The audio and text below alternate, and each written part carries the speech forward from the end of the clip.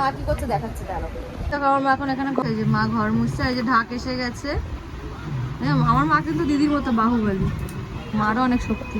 আর এই যে আমার বোন, ওকে কেমন লাগছে অবশ্যই জানিও, ভালো করে দেখিয়ে দিলাম। আর মামি কি সুন্দর একটা বেড কভার পেতেছে দেখো, সাদা, তার মধ্যে আমার মেয়ের বালিশটা বানানো। ঠাকুরের সব কাজ বাজ করছে। আমার বাবা তো অনেক আগেই চলে এসছে রেডিমেডি হয়ে। নতুন ঠাকুর আনোনি তাই বলছি না, বলছি তুমি কাজ করছো তাই। আর এই যে সব ঠাকুরের কুলো টুলো যাবতীয় যা লাগে সব এই যে বাজার করা হয়েছে।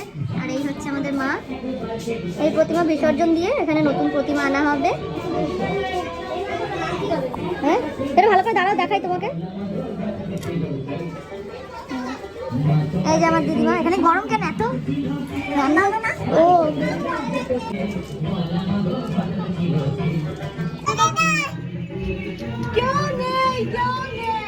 বাবা ওখানে তো দাঁড়ানোই যাচ্ছে না, ওখানে এতটা গরম, কারণ ওখানে রান্না হয়েছে, তাই জন্য মেঝেটা